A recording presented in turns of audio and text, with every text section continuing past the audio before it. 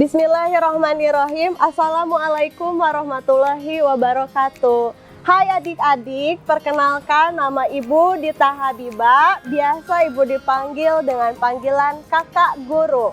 Di sini Ibu akan lebih membahas mengenai yang namanya motivasi belajar di SMK. Pertama-tama, terima kasih kepada adik-adik yang sudah mendaftar dan ikut bergabung dengan keluarga besar SMK Sinar Parahyangan. Karena dengan adik-adik mendaftar di SMK Sinar Parahyangan, kita akan memulai masa depan kita bersama. Your future start here. Adik-adik, di sini Ibu akan membahas mengenai yang namanya motivasi belajar dan strategi sukses belajar di SMK. Adapun strategi sukses untuk belajar di SMK itu ada 4 hal. Yang pertama yaitu manajemen berkomunikasi. Apa saja yang ada pada manajemen berkomunikasi? Contohnya adalah cara kita presentasi, cara kita belajar, ataupun cara kita bernegosiasi nantinya. Yang kedua ada manajemen waktu. Bagaimana caranya kalian bisa memanage waktu kalian, memanage kehidupan dalam belajar, memanage pergaulan kalian. Yang ketiga yaitu keterampilan dalam belajar.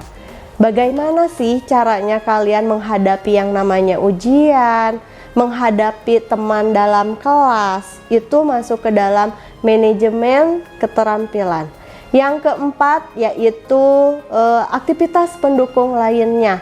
Jika adik-adik ingin sukses belajar di SMK, tentunya harus ada aktivitas atau daya pendukung lainnya. Seperti apa? Dorongan semangat dari orang tua, lalu menjaga kesehatan diri sendiri, dan lingkungan sekolah yang baik, dan juga kalian bisa menempatkan diri kalian di SMK Sinar Parahyangan. Itu adalah kiat sukses belajar di SMK. Adik-adik, kenapa sih adik-adik memilih untuk bersekolah di SMK? Apa alasannya? Apakah hanya ingin menyenangkan orang tua? Apakah adik-adik ingin mencari jodoh? Apakah atau adik-adik hanya ingin sekedar mengisi waktu liburan daripada kita terus-terus rebahan atau tiduran saja? Apakah dari ketiga alasan tersebut adalah alasan kuat untuk adik-adik masuk ke SMK? Tentu bukan dan jangan sampai. Karena apa? Karena faktanya 10 dari 100 lulusan SMK pada saat ini rata-rata menganggur. Apa yang salah? Yang salah adalah lulusan SMK itu tidak bisa bekerja sama dengan tim yang baik, dan juga lulusan SMK tidak bisa atau tidak pandai berkomunikasi yang baik. Nah, dari kesimpulan tersebut, alangkah lebih baiknya lulusan SMK itu harus pandai berkomunikasi yang baik dan pandai bekerja sama dengan tim. Hilangkanlah alasan-alasan yang tidak penting. Tentunya kalian masuk ke SMK Sinar Parahyangan khususnya harus menjadi orang yang betul-betul bernilai. Karena apa? Karena di SMK Parahyangan belajar itu betul-betul belajar untuk menjadi orang yang sukses, belajar dengan trik-trik yang asik dan sangat menyenangkan. Nah, untuk menumbuhkan strategi kiat sukses dalam nantinya kalian belajar di SMK, tentunya harus memiliki pribadi yang betul-betul juara. Apa saja sih yang harus ditanamkan oleh pribadi juara kita? Yang pertama, kita harus menjadi pribadi yang gigih. Yang kedua, kita harus kooperatif, komunikatif, proaktif, cekatan, dan berbagai macam sikap-sikap positif lainnya. Tentunya nanti sikap-sikap positif tersebut akan menumbuhkan dan menghancurkan rasa malas. Karena intinya semua permasalahan itu dimulai dari rasa malasnya kalian. Yuk sama-sama kita berantas rasa malas kita agar belajar kita betul-betul sukses, agar belajar kita betul-betul menyenangkan. Untuk memberantas rasa malas, marilah kita mulai mencatat sasaran atau target kita. Adik-adik, tugasnya di sini tuliskan sasaran target masing-masing yang bisa dimulai dari sasaran target jangka pendek, jangka menengah, ataupun jangka panjang, agar kehidupan adik-adik nantinya pada saat belajar di SMK Sinar Parahyangan lebih terarah. Contoh sasaran atau target jangka pendek, misalnya saya ingin mendapatkan nilai matematika pada semester ini dengan nilai 80. Untuk jangka menengah itu misalkan tahun depan saya harus menjadi juara kelas pada saat kenaikan kelas. Dan target jangka panjangnya adik-adik bisa tulis contohnya seperti saya harus lulus dari SMK Sinar Parahyangan dengan nilai yang sangat memuaskan. Nah, dengan memulai kita menuliskan target ataupun sasaran, mudah-mudahan kehidupan pembelajarannya itu mulai berkembang dan mulai tertata dengan baik. Tentunya dalam menuliskan target atau sasaran, adik-adik harus memiliki bobot. Bobot itu ada 4 macam dari target dan sasaran. Yang pertama, sasaran tersebut harus spesifik. Ya, yang kedua, target atau sasaran itu harus realistis. Yang ketiga, target atau sasaran itu harus lebih terukur. Dan yang keempat, target atau sasaran itu harus dibuat dengan fleksibel. Yuk mulai bangun dengan membuat sasaran atau target kita dengan jangka pendek, menengah, dan panjang tadi. Nah, apabila masih bertanya-tanya di dalam hati, kok target tidak tercapai? Kok di sini saya betul-betul tidak menemukan realisasi dari target atau sasaran saya? Nah, mulailah introspeksi diri sendiri. Mungkin target kita yang kebesaran, mungkin target kita yang bobotnya terlalu berat mungkin. Nah, setelah target mulai terrealisasi, kita harus mengadakan yang namanya evaluasi dari target atau sasaran yang kita buat tadi. Bila rasa malas kita masih tetap merusak target atau sasaran kita, yuk mulai introspeksi diri. Dengan cara apa saja? Dengan cara introspeksi diri, jangan menghindar dari yang namanya masalah, buatlah jangka prioritas, dan selalu berpegang pada jadwal atau sasaran target yang telah ditentukan. Atau pada saat kalian targetnya tidak tercapai, kalian merasa di tengah-tengah, oh saya salah memilih jurusan. Apakah nanti akan terbesit seperti itu? Maka pada saat kalian salah mengambil jurusan, jangan jadikan jurusan itu sebagai penentu masa depan. Tapi jadikanlah jurusan sebagai batu loncatan untuk kalian tetap belajar, batu loncatan untuk kalian meraih yang namanya kesuksesan.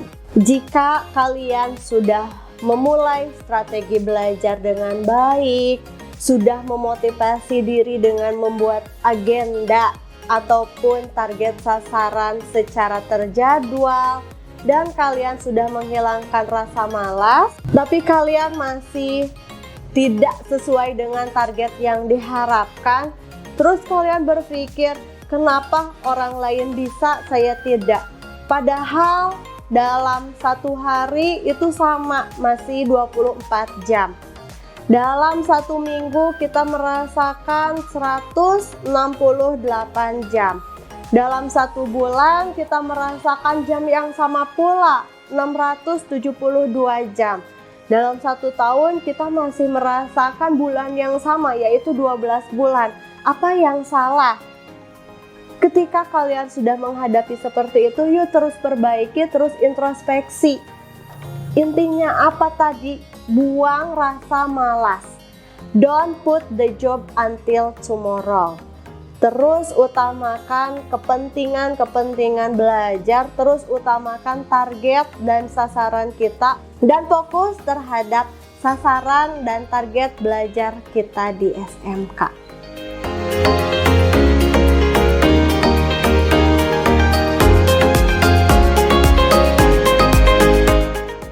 Untuk menjawab kegundahan tadi, seperti kenapa sih target atau sasaran saya tidak terrealisasi, kenapa mereka juara saya tidak, kenapa mereka sukses saya tidak.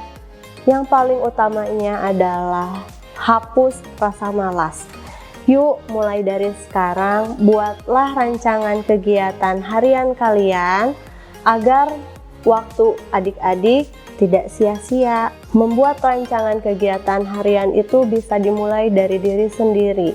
Dimulai dari bangun tidur, kita catat bangun tidur akan melakukan apa, di sekolah akan melakukan apa, di rumah akan melakukan apa. Setidaknya agenda harian kita itu betul-betul terorganisir, betul-betul tersusun dengan nyata dan rapi. Di sini adik-adik harus betul-betul bisa mengoptimalisasikan waktu. Nah, apa saja sih tips atau cara untuk mengoptimalisasikan waktu? Di sini ada 4 cara. Yang pertama, jangan sekedar ikut-ikutan teman saja. Yang kedua, jangan menunda-nunda waktu. Yang ketiga, jangan menunda-nunda pekerjaan. Pilihlah hal yang betul-betul paling utama. Yang keempat, utamakan dari segala hal yang betul-betul bisa diprioritaskan. Jangan kalian anggap, ini pekerjaannya tidak asik, ini pekerjaannya saya tidak suka, maka pekerjaan tersebut kalian abaikan. Jangan. Untuk hal yang keempat, utamakan yang menjadi skala prioritas. Nah, dengan seperti itu, kalian akan betul-betul terperinci. Nah, dengan seperti itu, kehidupan adik-adik nantinya akan lebih terarah, akan lebih terukur, dan akan lebih terjadwal. Apabila masih ada kesalahan, apabila masih ada rasa malas, terus tetap lakukan yang namanya introspeksi dengan cara evaluasi. Yang selanjutnya di sini Ibu akan lebih membahas mengenai cara belajar yang unik. Apa saja cara belajar yang unik itu? Yang pertama bisa didapat dari sumber informasi yang didapatkan. Yang kedua dari cara pengerjaan berkelompok. Yang ketiga dari cara menggunakan otak kanan dan otak kiri. Nah, untuk yang pertama dari sumber informasi yang diperoleh, pembelajaran itu ada berbagai macam caranya. Yang pertama, cara belajar yang visual. Anak yang cenderung belajarnya visual itu biasanya mereka lebih senang belajar menggunakan yang namanya gambar, menggunakan yang namanya peta, menggunakan yang namanya grafik, ataupun cara belajarnya menggunakan yang namanya video. Itu dari informasi yang diperoleh. Dari yang kedua, selain dari visual, ada yang namanya kinestetik. Kinestetik itu adalah cara belajar yang betul-betul bisa menggunakan seluruh organ tubuh.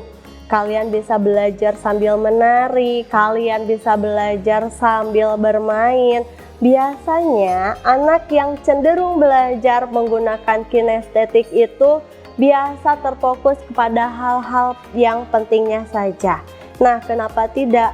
Kalau kalian adalah tipe belajar yang kinestetik, mulailah belajar menggunakan yang rangkuman, membuat poin-poin penting, mungkin itu. Yang ketiga, dari informasi yang diperoleh atau didapat, ada anak yang cenderung belajar itu adalah auditori. Auditori adalah cara belajar yang lebih menyenangkan mendengar daripada melihat.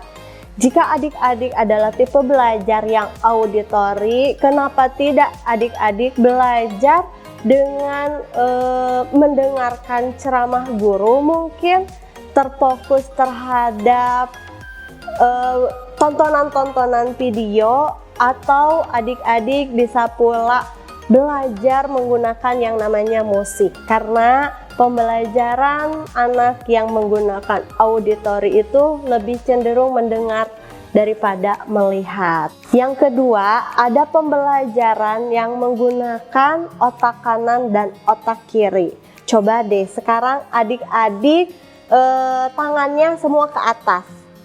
Tangannya semua ke atas untuk mengetahui kira-kira otak kanan atau otak kiri sih yang betul-betul terpancar di dalam diri kita. Kita bisa mengeceknya dengan cara seperti ini. Ikuti langkah ibu. Tangan semuanya di atas, lalu tangannya disatukan secara cepat. Ketika tangan disatukan, kalian lihat jempol mana sih yang betul-betul berada di atas. Jempol kanankah atau jempol kirikah? Jika jempol kanan yang berada di atas, contohnya seperti ibu, berarti anak tersebut atau kepribadian tersebut lebih cenderung belajarnya itu selalu memfokuskan kepada otak kanan. Jika pembelajarannya jempolnya tadi yang ada di atas, berarti itu pembelajarannya lebih senang menitik beratkan kepada yang namanya otak kiri. Untuk pembelajaran anak yang berfokus kepada yang namanya otak kiri, biasanya otak kiri itu lebih cenderung lebih suka kepada intinya. Dalam artian pembelajaran, apapun hal yang dilakukan oleh guru, mau belajarnya menggunakan grafik, mau belajarnya menggunakan gambar, video, atau menggunakan metode ceramah, yang cenderung dengan otak kiri itu biasanya lebih kepada hal-hal intinya saja. Nah, di sini lebih intens atau lebih khusus. Untuk yang menggunakan kemampuan otak kiri, sebaiknya kalian tadi menuliskan poin-poin pentingnya, terus kalian mencatat bagian-bagian yang kalian suka. Pada saat kalian membaca atau literasi, kalian bisa mewarnai buku tersebut untuk bagian hal-hal yang pentingnya saja. Sedangkan untuk yang pembelajarannya menggunakan atau menitik beratkan otak kanan, biasanya si otak kanan tersebut itu sifatnya lebih global. Pembelajarannya lebih menyeluruh atau umum. Di sini meskipun pembelajarannya menggunakan video, model ceramah, gambar, bermain yang menggunakan otak kanan, biasanya menulis itu dari awal sampai akhir, tidak seperti otak kiri. Kalau otak kiri itu bagian pentingnya saja mereka bisa ingat. Kalau yang namanya otak kanan, hal-hal yang dijelaskan oleh guru biasanya dicatat semuanya.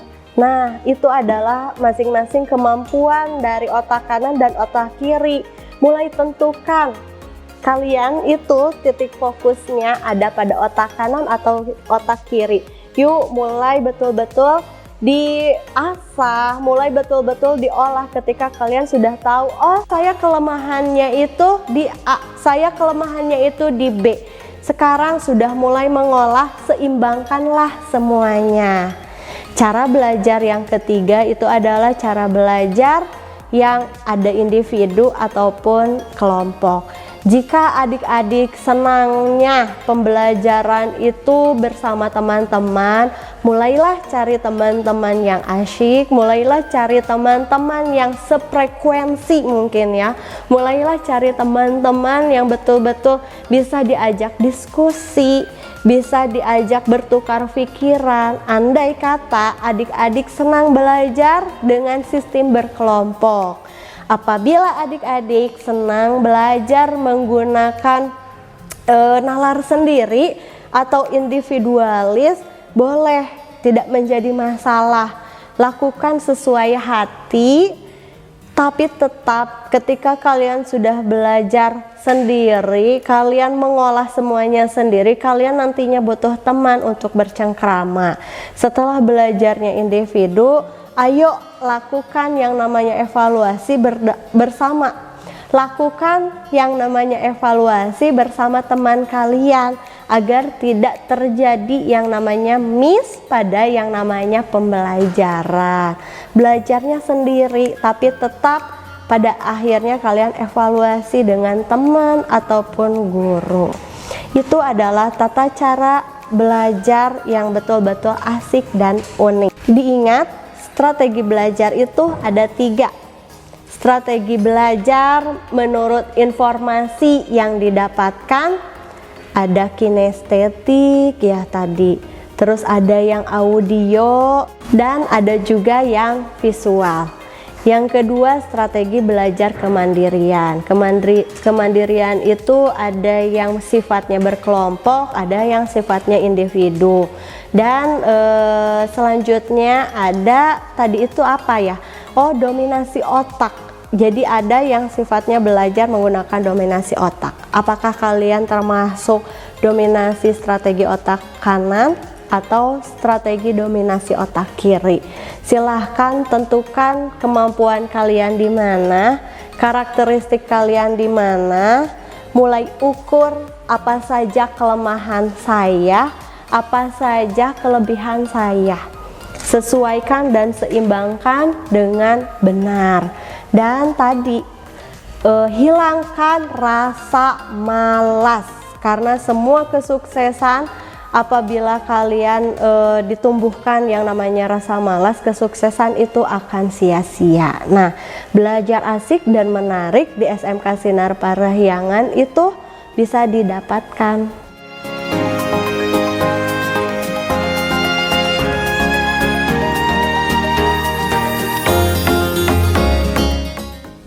Nah, setelah tahu strategi dalam pembelajaran dan kiat-kiat sukses belajar di SMK itu apa saja, di sini di SMK Sinar Parahyangan belajar itu diolah sedemikian rupa menarik, asik, dan menyenangkan. Guru-guru membuat video pembelajaran, terus adik-adik bisa belajar menggunakan yang namanya AR/VR. Adik-adik belajar menggunakan metode moduling. Terus di SMK Sinar Parahyangan pembelajaran itu lebih dititik beratkan kepada siswa yang lebih aktif, tetapi tetap gurunya pun guru yang betul-betul semuanya komunikatif. Kebayang asik dan nyamannya kan belajar di SMK Sinar Parahyangan. Nah, tadi kalian harus lebih mengetahui potensi diri kalian itu di mana. Masuk ke SMK Parahyangan, insya Allah kalian tidak akan salah lagi.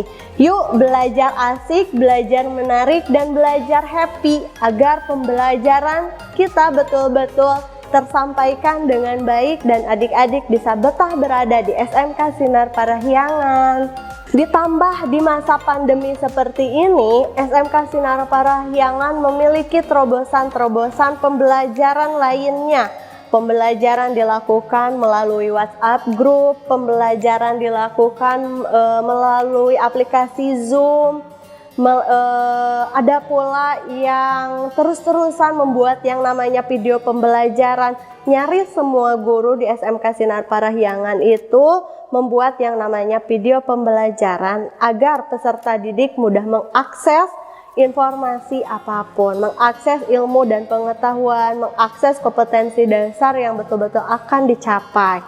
Di masa pandemi seperti ini, pembelajaran di SMK Sinar Parahyangan tetap tersusun dengan rapi, tetap terlaksanakan, tetap memiliki alur tujuan pembelajaran yang baik. Apalagi jika nanti pada saatnya kita kembali tatap muka di SMK Sinar Parahyangan, belajar itu betul-betul menyenangkan sekali. Kita bisa bertatap muka secara aktif dan komunikatif dengan guru. Kita bisa bermain sambil belajar. Kita belajar di ruangan-ruangan yang sangat asik. Kita belajar menggunakan aplikasi AR/VR. Jadi kalian nanti betul-betul ditantang belajar itu betul-betul menggembirakan. Ditunggu, semoga masa pandemi ini cepat selesai, semoga masa pandemi ini cepat berlalu agar kita bisa kembali belajar tatap muka langsung dan adik-adik bisa menggunakan fasilitas yang ada di SMK Sinar Parahyangan. agar motivasi belajarnya semakin meningkat. Sekian yang bisa dibahas oleh kakak guru. Tetap sehat, tetap kuat, jaga selalu semangat belajarnya. Oh ingat, tadi untuk memulai yang namanya motivasi belajar, yang pertama kalian harus melakukan catatan sasaran atau strategi untuk jangka pendek, jangka menengah, dan jangka panjang. Yang kedua, apabila strategi tersebut masih minim realisasinya, mulai lakukan catatan harian agar hari-hari kalian betul-betul tidak sia-sia. Yang ketiga, ketahuilah potensi kemampuan belajar kalian ada di mana. Sinkronkan semuanya, seimbangkan semuanya, dan hal yang paling utama, hempas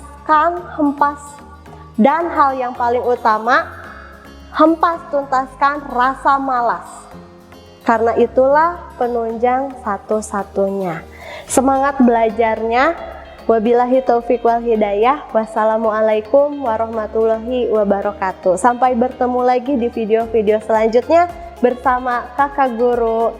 Tetap semangat belajar. SMK bisa, SMK hebat. SMK Sinar Parahyangan, sukses, gaspol.